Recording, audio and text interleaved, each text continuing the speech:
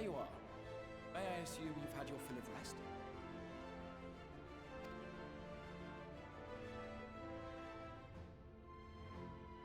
That is well. Now that we are all present, let us speak of our plan. Thus far, we have vanquished 4 Light Wardens, restoring night to much of Northrend. Only one remains, that of Calusia. And with Reen to guide us, I am certain we will find it. Oh, she's so determined. We're so close now. If we can just take care of this one last warden, we'll rob the Sin Eaters of their final foothold and drive them out of Northrend once and for all.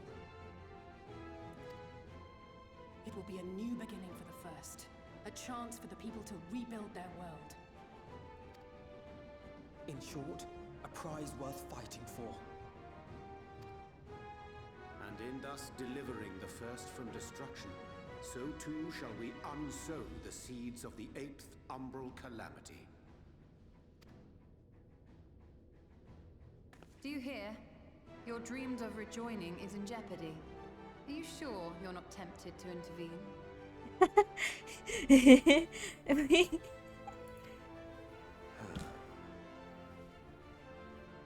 You labor under the misapprehension that vanquishing the Sin Eaters is tantamount to saving the world. It is not. In truth, you only delay the inevitable, lengthening your fleeting lives by the smallest of margins. You see.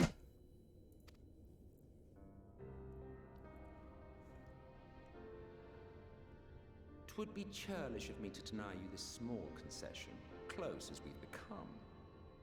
Foolish and misguided though you are not without charm. Each and every one of you is possessed of a noble heart.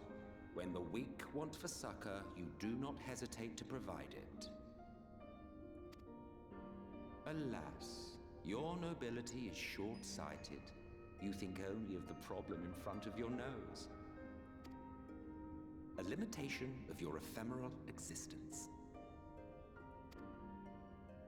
Our lives may seem short and insignificant to the likes of you, but one does not need to be an eternal being to achieve lasting change. Aww.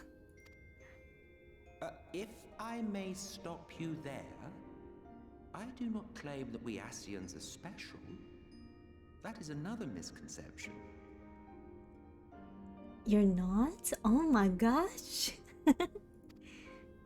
In the beginning, everyone lived nigh for eternity. Such was the natural order of things. But like so much else, this was taken from you. Wait, what? Huh? Am I understanding this right? Am I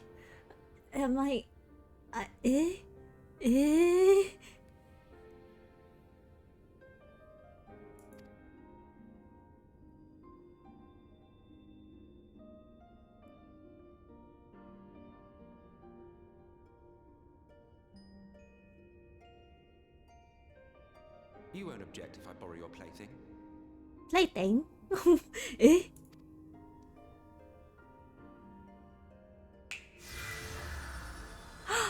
Oh, wait, oh my god. Wait. In the distant past, when the world was one and whole, a great calamity threatened all life. It began without warning. The very laws of the star were warped and broken, and chaos swiftly spread throughout the land. Faced with annihilation, we sought to imbue the star with its own will. Thus was Zodiac born, and by his power was order restored.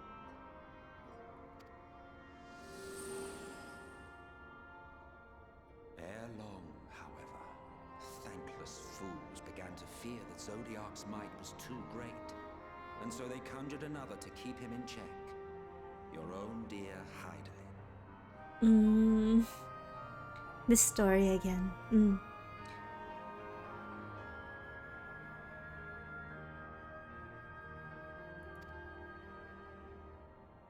two beings waged war until, with a single devastating blow, Hydaelyn unmade Zodiark, scattering his being across space and time. So you told us in the Katana Ravel. But I'm assuming there's more to it. Yes, yes. And there began our woes, with Hydaelyn's blow and all that it wrought. As a counterbalance to Zodiark, Hydaelyn was created with the power to enervate her foe.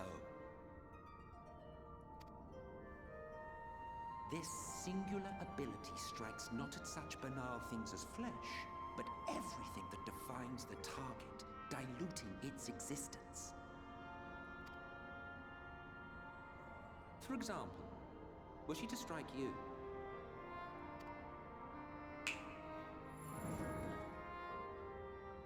Two individuals, identical in appearance yet reduced in all respects. Strength, intelligence, the soul itself, all is halved. Oh, what the?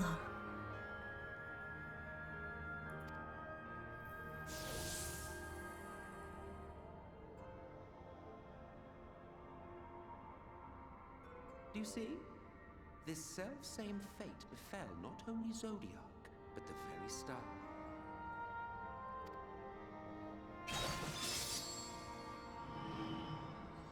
Oh.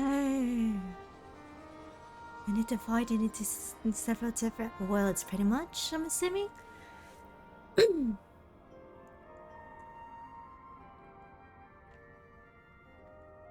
Only 3 were fortunate enough to escape the Sundering, me being one of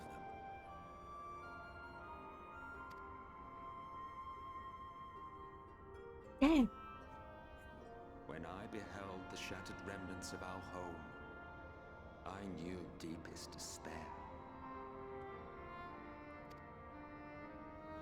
The inhabitants of these 14 fragments were feeble, frail and foolish, oblivious to their imperfection, ignorant of their past. Malformed creatures thrashing blindly about. Pitiful, disturbing, depressing. So, we took it upon ourselves to rejoin the worlds. But in our eagerness and, I confess, our ignorance, we erred and made a useless void of the 13th.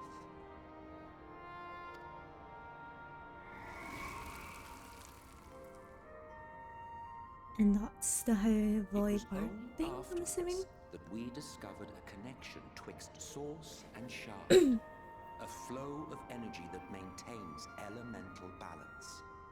And thus did we arrive at our time-honored modus operandi.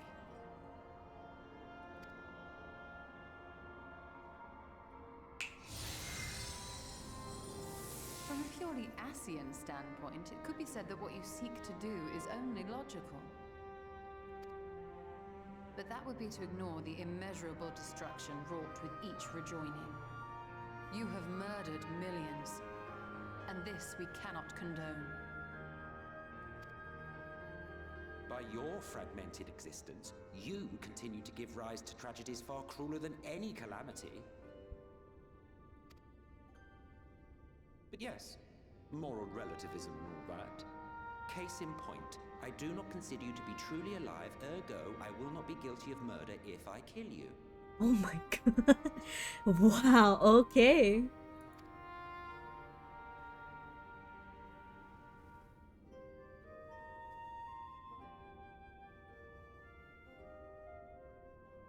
Oh, don't look at me like that.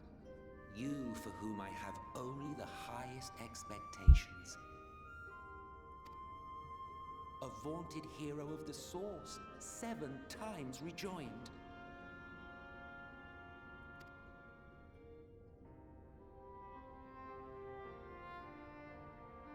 Long have I awaited one who might brave a path of lesser tragedy. A resilient soul able to endure the necessary pain. I dare to hope that my wait is over.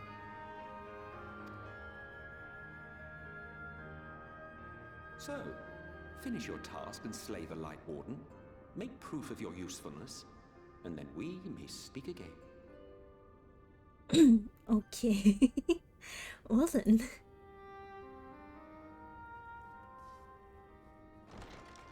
Bruh. Forgive me, my lord, but this could not wait. I don't know. What happened this time? Speak freely, Captain.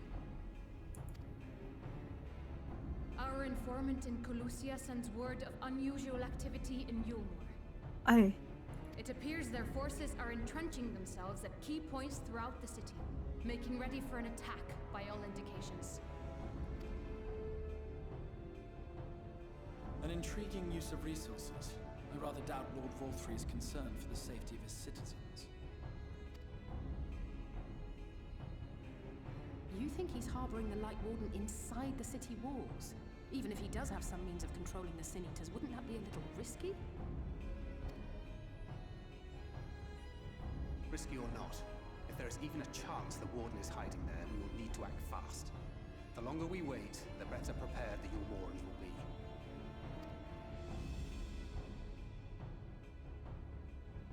Agreed.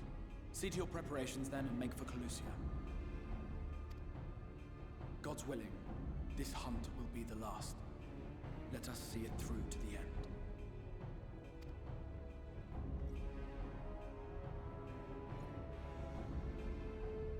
We should begin by assembling in Right.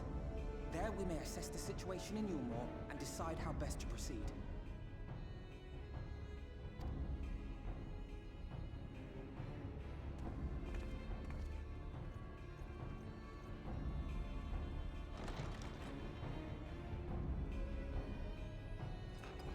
Oh shit. They are ready to defend.